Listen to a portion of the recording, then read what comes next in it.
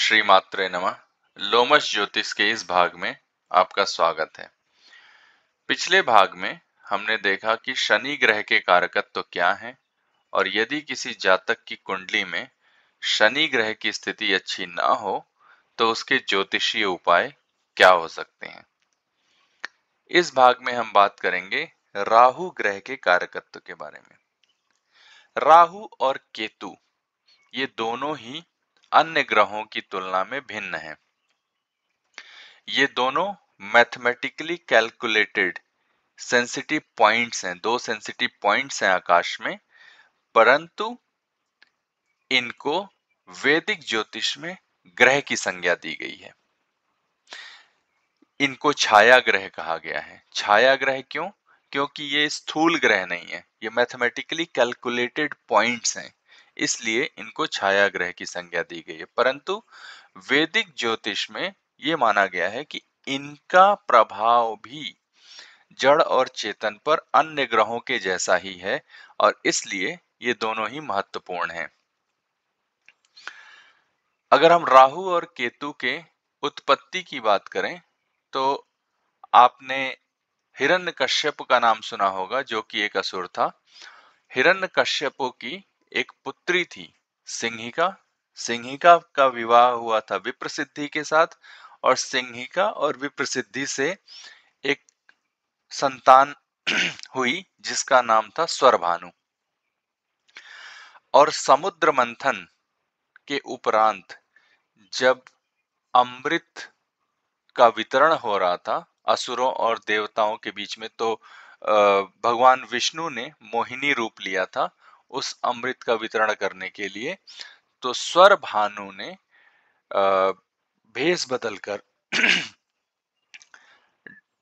भेष बदलकर देवता का रूप लेकर सूर्य और चंद्रमा के बीच में पंक्ति में जाके बैठ गया। और जब भगवान विष्णु ने अमृत बांटना शुरू किया तो जैसे ही इसको अमृत मिला तो चंद्रमा ने बोला कि ये असुर है। चंद्रमा ने इंगित किया भगवान को, जो कि मोहिनी रूप में थे और अमृत बांट रहे थे, कि ये असुर है, ये देवता नहीं है। और उसी समय ऐसा माना जाता है कि उसी करछी से या लैडल जिससे वो सर्व कर रहे थे, उन्होंने स्वरभानु का गर्दन काट दिया।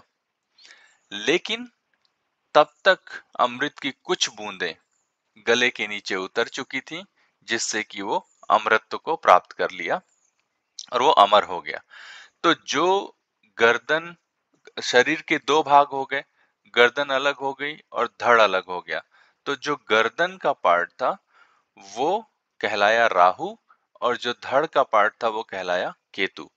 गर्दन को स्वरभानु की माता सिंहिका अपने साथ ले गई और सिर वाले भाग का बहुत टेक केयर किया, जिससे कि विथ टाइम उस सिर के नीचे सर्प का शरीर हो गया और वो कहलाया राहु।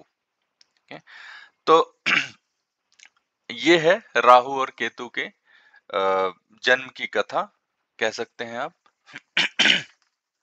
अब हम बात करेंगे राहु के कारकत्व, ऐसे कारकत्व जिनको कि हम फलित ज्योतिष में प्रयोग करेंगे। तो राहु ग्रहण का कारक है। अगर आप स्टोरी देखें, अगर आप कथा देखें, तो चंद्रमा और सूर्य के इंगित करने से स्वरभानु राहु और केतु में कन्वर्ट हुआ। तो जब भी समय समय समय पर ये सूर्य और चंद्रमा को ग्रसित करते हैं और ग्रहण लगाते हैं।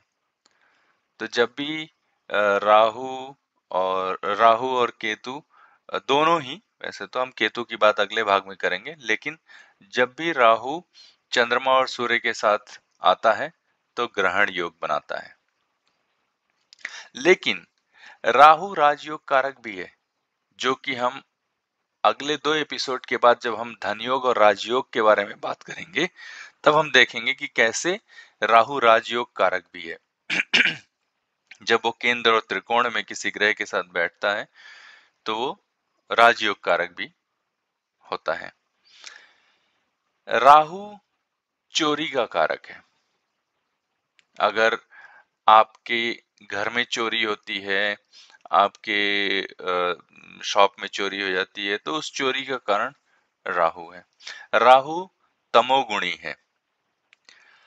अगर किसी पेशेंट को, कोई बीमार व्यक्ति है जो अस्पताल में है, यदि उसको किसी दवा का रिएक्शन हो जाता है या किसी इंजेक्शन का रिएक्शन हो जाता है, तो भी वो राहु के प्रभाव से होता है और राहु के कारण होता है। तो राहु इस चीज का कारक है। ठीक है? राहु का जो निवास स्थान है वो सांप का बिल है, जिसमें सांप रहता है। और राहु को सेलेस्टियल कैबिनेट की, हमने अभी तक जो सारे ग्रहों की बात की है पिछले भाग में, हमने हर एक ग्रह का सेलेस्टियल कैबिनेट में स्थान बताया है कि वो क्या है। जैसे कि सूर्य राजा है, चंद्रमा रानी है, और बुध जो है राजकुमार है, और मंगल सेनापति हैं, इत्यादि इत्यादि। तो अगर हम उसी कैबिनेट में राहु और केतु की स्थिति देखें, तो राहु और केतु दोनों ही सेना माने गए हैं। ठीक है।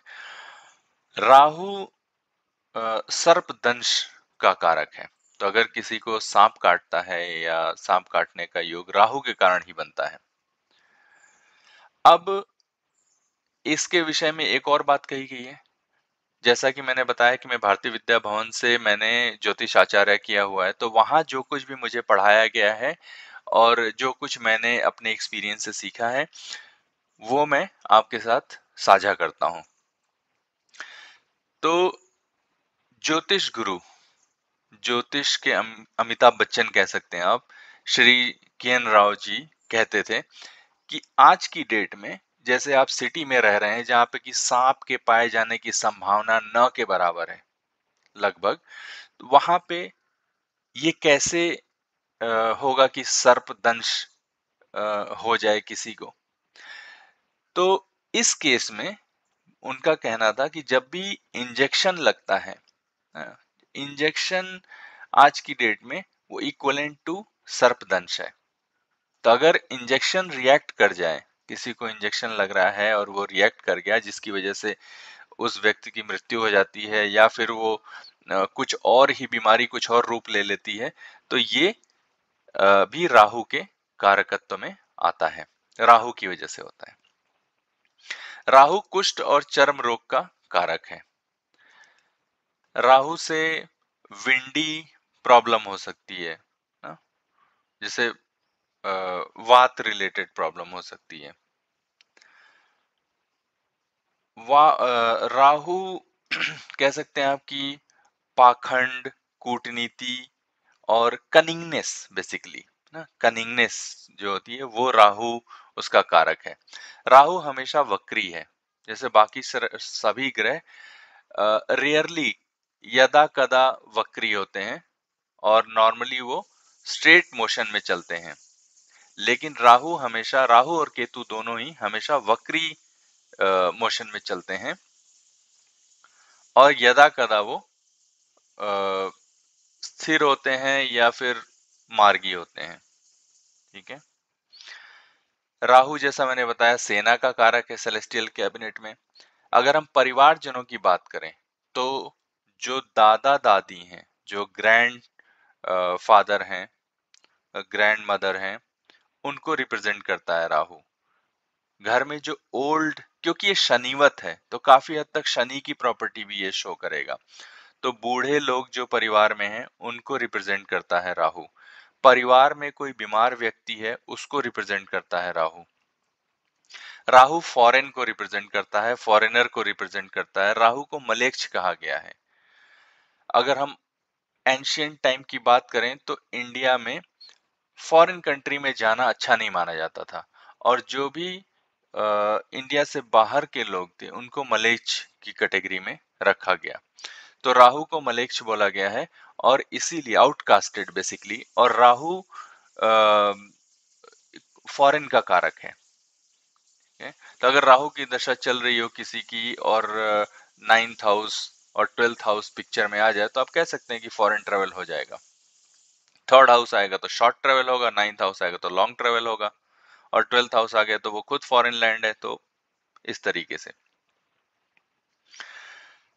अब राहु अगर हम बात करें प्रोफेशन के टर्म में, तो राहु इंजीनियरिंग का कारक है। राहु आर्किटेक्चर का कारक है। राहु स्पेस इंजीनियरिंग का कारक है। राहु पॉलिटिशियन जो होते हैं वो, अगर उनका राहु अच्छा है तो पॉलिटिकल करियर अच्छा होगा। राहु एयर होस्टेस का जैसे प्रोफेशन का कारक है। राहु एरोप्लेन का कारक है। अगर शरीर के स्ट्रक्चर की बात करें तो राहु अच्छी लंबाई देता है।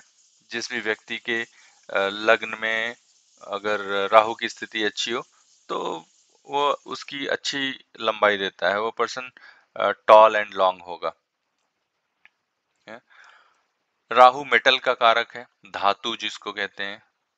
राहु का जो कलर है वो काला या नीला है, लेकिन स्मोकी कलर है, धुएं के जैसा। राहु शनिवत है, जैसे मैंने बताया। राहु फॉल्सहुड का कारक है, झूठ बोलने का कारक है। ये इल्यूजन भी क्रिएट करता है, इल्यूजन का कारक है। ठीक है, दूसरों को नीचा दिखाना, ये राहु का कारकत्व है। अगर कोई व्यक्ति आत्महत्या करता है, स्पेशली अगर वो खुद को फांसी लगा के आत्महत्या करता है, तो कहीं न कहीं वो राहु की वजह से होता है। राहु इस चीज का कारक है। राहु उड़द की दाल को रिप्रेजेंट करता है, तो एज अ रेमेडी उड़द की दाल दान करना एक रेमेडी हो सकती है। राहु रत्नों में गोमेज को रिप्रेजेंट करता है, गोमेज पहना जा सकता है एज अ रेमेडी। राहु की रेमेडी के तौर पर लॉर्ड शिवा और देवी की आराधना की जा सकती है। राहु के जो वैदिक और तांत्रिक मंत्र हैं उनका जप किया जा सकता है राहु के उपाय के लिए। राहु बुशेज, जो झाड़ियां होती हैं, जैसे हर ग्रह किसी न किसी एक विशेष प्रकार के वृक्ष को रिप्रेजेंट करता है। राहु झाड़ियों को रिप्रेजेंट करता है, जो बुशेज होती हैं, है ना। राहु, जैसे मैंने बताया कि ल्यूजनरी प्लैनेट है। राहु मटेरियलिस्टिक गेन को रिप्रेजेंट करता है। राहु वृषभ और मिथुन राशि में उच्च का होता है। दोनों में क्यों? क्योंकि अगर हम पराशरी सिद्धांत की बात करें तो वृषभ राशि में राहु उच्च का होता है, लेकिन कुछ लोगों का मत ये भी है कि मिथुन राशि में उच्च का होता है। तो इसलिए हमको दोनों ही देखना चाहिए, वृषभ और मिथुन दोनों में ही अगर राहु बैठा हुआ है, दोनों में से किसी एक में राहु बैठा हुआ है, तो हम कह सकते हैं कि राहु की स्थिति अच्छी है, राहु उच्च का है। ठीक उसके 7 घर विपरीत वृश्चिक और धनु राशि में राहु नीच का होता है। राहु अपने नेगेटिव क्वालिटी के अलावा उसकी पॉजिटिव क्वालिटीज अगर हम देखें तो राहु तीर्थ यात्रा का कारक है। राहु धार्मिक और आध्यात्मिक अभ्यास का कारक है। तो ये है राहु के कारकत्व। अब अगर हम बात करें, जैसे मलेच्छ हमने बोला राहु को, हमने आउटकास्ट बोला राहु को, तो अगर मान लीजिए कि किसी की कुंडली में 7th हाउस में राहु बैठा हो, तो आपका प्रेडिक्शन क्या होगा? आप इससे क्या निष्कर्ष निकाल सकते हैं? ऐसा नहीं है कि 7th हाउस में राहु के बैठते ही बहुत सारे ज्योतिषी ये बोल देते हैं कि ओहो 7th हाउस में तो राहु बैठ गया, इस आदमी का तो विवाह का योग नहीं है, बहुत प्रॉब्लम होगी, विवाह नहीं हो सकता है। लेकिन मॉडर्न कॉन्टेक्स्ट में अगर आप देखें, जब ग्लोबलाइजेशन अपने चरम पर है आज की डेट में, जैसा मैंने बताया कि फॉरेन और फॉरेनर दोनों मलेच्छ हैं। फॉरेन हमारे लिए मलेच्छ जगह है और फॉरेनर मलेच्छ लोग हैं। हमारे लिए नहीं, ये वैदिक ज्योतिष के हिसाब से, जो पुराने जो चीजें लिखी हुई हैं उसके हिसाब से अगर देखें तो मलेच्छ हैं। तो अगर कोई व्यक्ति के जन्म कुंडली में 7वें घर में राहु बैठा है, तो ये हो सकता है कि वो फॉरेनर से शादी कर ले, हो सकता है कि वो आउटकास्ट, अपने से आउटकास्ट में, जैसे कास्ट सिस्टम तो इंडिया में बहुत स्ट्रांग है, तो हो सकता है कि वो कास्ट के बाहर शादी करे। जो भी ऑर्थोडॉक्स चीजें थी उसको ब्रेक करने का काम राहु करता है। अनऑर्थोडॉक्स जो भी कन्वेंशनल चीजें हैं उसको ब्रेक करता है, वो अनकन्वेंशनल तरीके से करता है। तो जो भी आप विवाह में जिस तरह का भी सोच सकते हैं कि जो अनकन्वेंशनल होगा, उस तरह की चीजें राहु देगा। ठीक है। राहु का अगर लिंकेज फिफ्थ हाउस के साथ बैठता है, फिफ्थ हाउस फिफ्थ लॉर्ड के साथ, अब मैं ये नहीं कह रहा हूं कि राहु फिफ्थ हाउस में बैठेगा तो अच्छा होगा या खराब होगा, उसका निष्कर्ष हम बाद में देखेंगे। लेकिन राहु का प्रभाव अगर किसी तरीके से एजुकेशन के भाव पर आता है तो इंजीनियरिंग पढ़ने के स्कोप बढ़ जाते हैं। अगर टेंथ हाउस और फिफ्थ हाउस से बनता है तो इंजीनियरिंग जैसे स्ट्रीम में जा सकते हैं। ठीक है, कंप्यूटर्स की स्ट्रीम में जा सकते हैं। तो इस तरीके से हम राहु के कारकत्व को हमने देखा, और इस भाग में सिर्फ इतना ही, और आगे के भाग में हम बात करेंगे केतु के कारकत्व के बारे में। तब तक के लिए धन्यवाद।